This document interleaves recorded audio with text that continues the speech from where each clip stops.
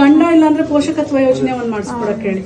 ನಮ್ಮ ತಂದೆ ದುಡಿದು ಜಾಗ ಕೊಂಡ್ಸಾರಿ, ಅಲ್ಲಿ ಗ್ರಾಮ ಪಂಚಾಯತಿ ಒಳಗೆ ಹೋಗೋಣ, ಅದು ಕಂಪ್ಯೂಟರ್ ಸೇರ್ಸಂದ್ರ ದುಡ್ಡು ಕೊಡು ಅಂತಾರಿ. ದುಡ್ಡು ಬೇಕ್ರಿ, ನಾನು ಬಡತನ ಸಂಸಾರದ ಅಪ್ಪ ಅಮ್ಮ ಒಂದ್ ಮನೆ ಕೊಟ್ಟಾರ, ಅದಕ್ಕೂ ದುಡ್ಡು ಬಿಡ್ತಾರಿ. ಎಲ್ಲಿ ತನ ಹೋದ್ರು ಅಲ್ಲೆಲ್ಲ ಸಾಕಾಗಿ ನಿಮ್ ಹತ್ರ ಬಂದಿದ್ದೇವ್ರಿ. ಇವಾಗ ಆ ತಾಯಿ ಹೆಸರು ಬೋರಮ್ಮ, ನಮ್ ಬಿಜಾಪುರ ಜಿಲ್ಲೆ ಡೋಣೂರು ಗ್ರಾಮ.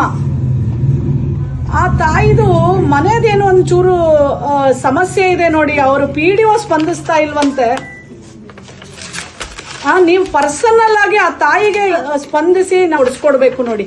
ಗಂಡ ಬೇರೆ ಇಲ್ಲ, ಬಡತನ ಅಂತವ್ರಿಗೆ ನೋಡಿ ಇವ್ರೆಲ್ಲಾರು ಹಿಂಗ್ ಸತಾಯಿಸಿದ್ರೆ ನಾವ್ ಹೆಂಗಪ್ಪ ನ್ಯಾಯ ಕೊಡಿಸೋದು?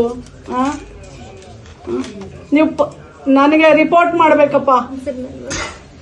ಥ್ಯಾಂಕ್ಸ್ ಹೇಳ್ಬಿಡವ, ನನ್ನ ಕೆಲಸ ನಾನು ಮಾಡಿದ್ದೀನವ. ನನ್ನಂಗ ಜನ ರೀ, ಎಷ್ಟೋ ಜನ ಅದಾರಿ ಡೋಣೂರ್ ಊರಾಗ, ಎಷ್ಟೋ ಮಂದಿ ಬಾಳ ಬಡತನದಾಗ ಅದಾರಿ, ಬರೀ ದುಡ್ಡು ಕೇಳ್ತಾರಿ.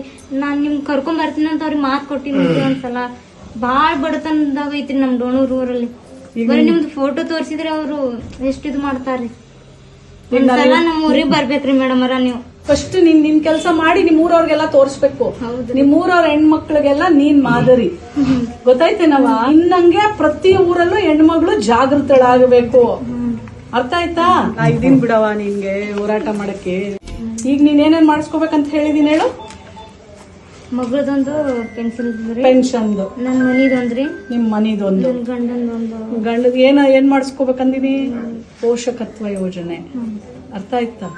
ಅದು ನಿನ್ಗೆ ಪ್ರತಿ ತಿಂಗಳ 4,000 ರೂಪಾಯಿ ಬರುತ್ತೆ. ನಿನ್ ಮಕ್ಳು 18 ವರ್ಷ ಆಗೋವರೆಗೂ ನಿನ್ ಮಕ್ಳಿಗೆ ಓದ್ಸಕ್ಕೆ ಅಂತ ಹೇಳಿ.